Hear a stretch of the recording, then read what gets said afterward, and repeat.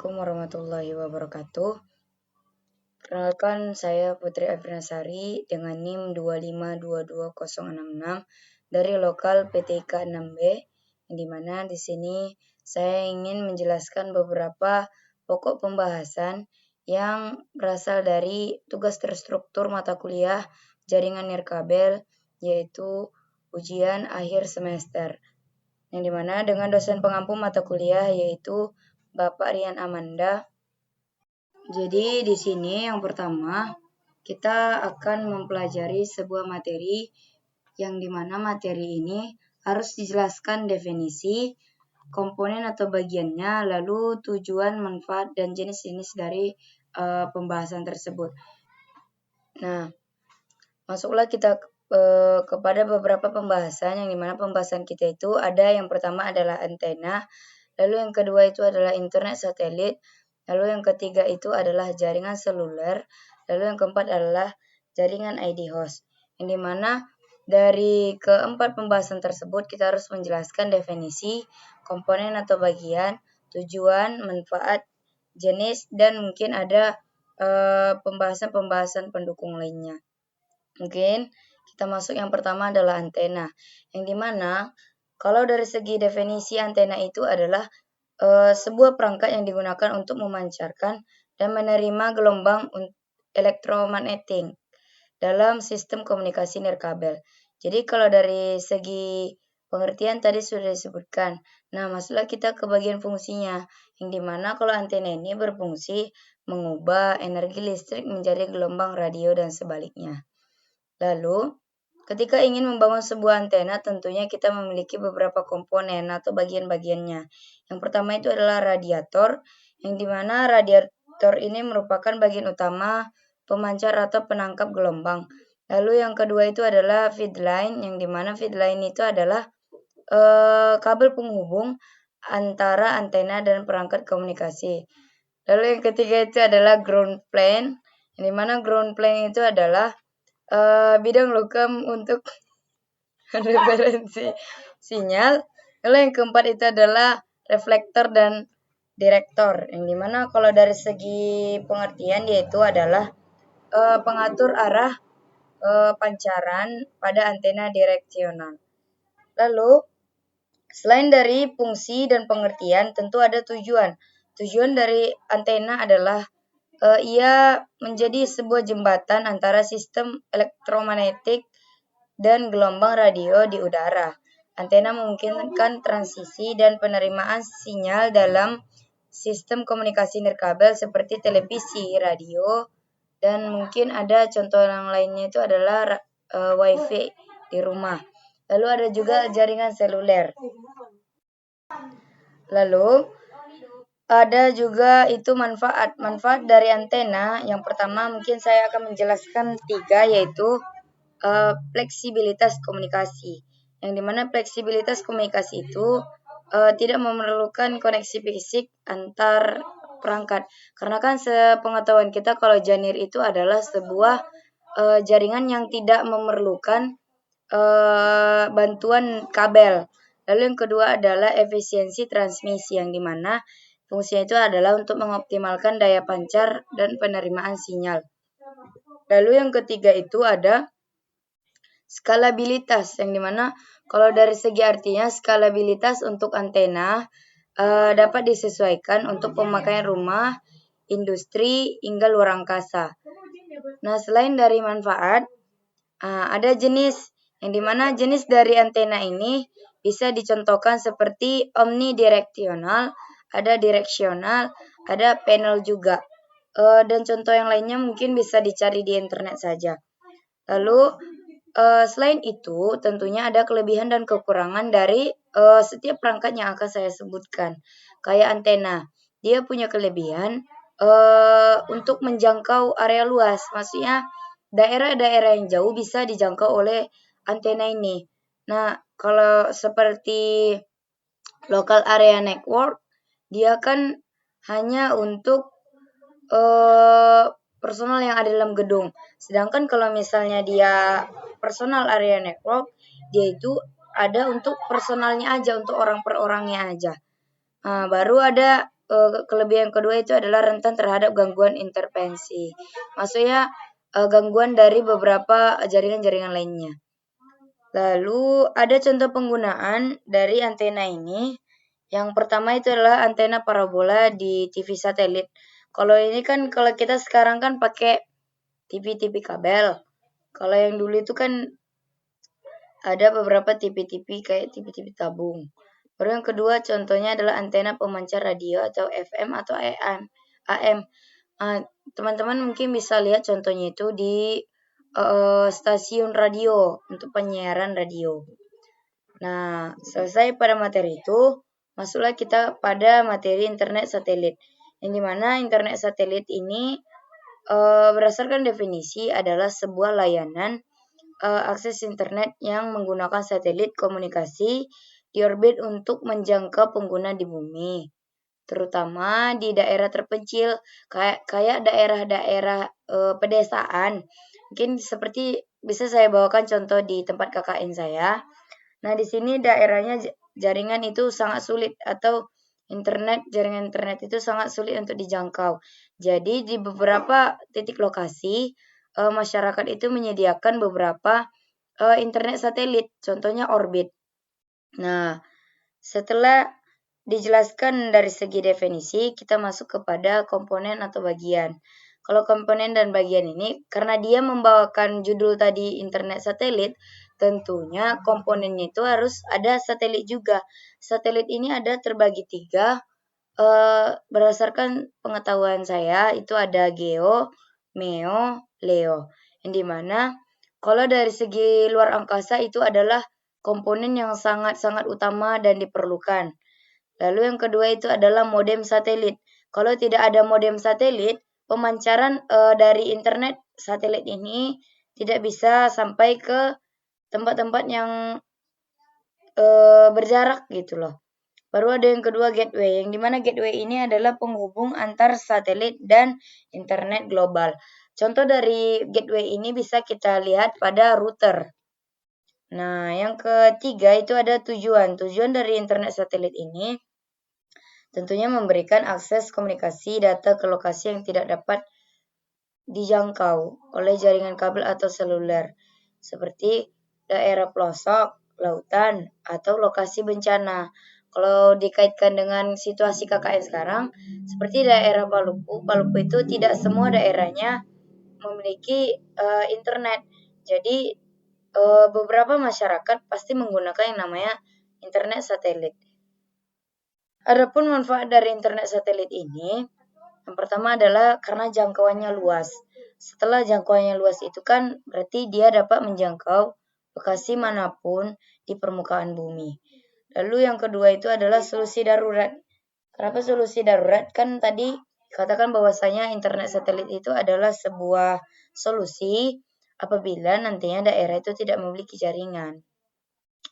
Nah, yang ketiga itu adalah kemandirian infrastruktur, yang dimana yang dikatakan bahwasanya kemandirian infrastruktur ini adalah kita tidak perlu kabel atau mungkin tower BTS yang digunakan hanya untuk antenanya aja atau langit-langit terbuka.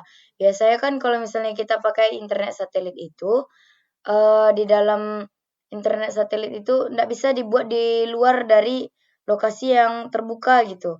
Dia harus di dalam rumah karena kalau misalnya dia sudah terinterferensi sama daerah luar, bisa jadi modem ataupun satelit yang kita gunakan itu rusak gitu. Baru tadi jenis dari internet satelit kan ada 3. Yang pertama itu ada GEO, ada LEO, ada MEO. Nah, mungkin dari segi pengertian bisa dicari di internet. Nah, lalu ada kelebihan dan kekurangan dari internet satelit ini. Yang pertama itu adalah jangkauan global. Jangkauan global itu mungkin bisa saya contohkan di area pegunungan, hutan, bukit, atau laut. Nah, kalau di bukit tinggi, dia walaupun masih daerah perkotaan, dia terjangkau internet, tidak perlu internet satelit. Tapi kalau misalnya dia daerah-daerah kayak daerah yang betul-betul susah jaringan, seperti daerah yang orang tinggal di daerah Marapi, dia harus perlu yang namanya internet satelit. Baru contoh penggunaan dari internet satelit ini, ada internet pedalaman dengan Starlink. Starlink ada orbit. Lalu yang kedua itu ada komunikasi kapal di tengah laut. Nah, fungsinya ini biar orang kapal ini bisa berkomunikasi dengan orang yang tidak berada di dalam kapal. Misalnya di pulau. Kapal itu khusus untuk di pulau. Jadi internet satelit ini dipasang di di kapal laut tersebut supaya nantinya bisa berkomunikasi dengan orang-orang yang ada di pulau. Nah, itulah materi yang kedua. Selanjutnya, materi yang ketiga tentang jaringan seluler. Kalau berdasarkan definisi, jaringan seluler itu adalah sebuah sistem komunikasi nirkabel berbasis sel yang mencakup area luas dengan stasiun. Nah, contohnya itu kalau kita jaringan seluler kayak pakai internet. Kalau saya kan pakai internet yang namanya Telkomsel, kartu Telkomsel. Jadi Telkomsel ini ada 2 operator yang bisa digunakan biasanya untuk telepon saja. Lalu yang kedua ada untuk mengakses jaringan seluler. Jadi jaringan seluler ini kita bisa pakai untuk membuka kayak media sosial, kayak aplikasi-aplikasi penunjang kayak YouTube yang perlu internet gitu. Nah, jadi, jaringan seluler ini memungkinkan komunikasi suara atau data atau video yang mungkinnya kita ingin kirimkan bergerak dan bisa dikirimkan kemanapun perangkat yang ingin kita gunakan. Nah, setelah dari segi definisi, masuklah kita ke bagian komponen atau bagian. Nah, komponen dari jaringan seluler itu mungkin saya berikan contohnya saja. Dari yang sudah dipelajari ada 3. Yang pertama itu adalah mobile device atau HP kita atau Android kita. Dimana kalau dari segi pengertian simpelnya itu perangkat yang si pengguna pakai gitu loh. Lalu yang kedua itu adalah MSC yang dimana kalau dari segi pengertian dia adalah sebuah pusat atau tempat pengatur komunikasi. Kalau kepanjangannya SMC ini adalah Mobile Switching Center. Lalu yang ketiga yang biasa kita dengar itu adalah Core Network atau SGSN, GGSN sama EPC. Yang biasanya berseliweran itu ada EPC namanya, yang dimana fungsi dari Core Network ini adalah untuk menghubungkan si perangkat ke internet. Lalu ada tujuan. Tujuan dari jaringan seluler ini tentunya ia menyediakan layanan komunikasi suara dan data secara luas dalam ruang lingkup yang kecil-kecil saja dan terus-menerus kepada pengguna bergerak.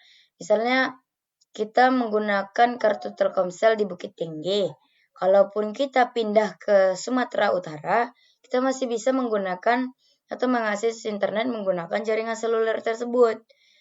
Nah, selain itu ada juga tujuannya jaringan seluler ini memungkinkan orang-orang atau masyarakat berkomunikasi tanpa batasan tempat selama berada dalam cakupan jaringan. Nah, setelah selesai dengan tujuan, masuklah kita dengan manfaat yang dimana manfaatnya itu yang pertama adalah efisiensi komunikasi massal. Yang dimana kan kalau kita lihat orang-orang tidak tabu lagi dengan yang namanya menggunakan Android.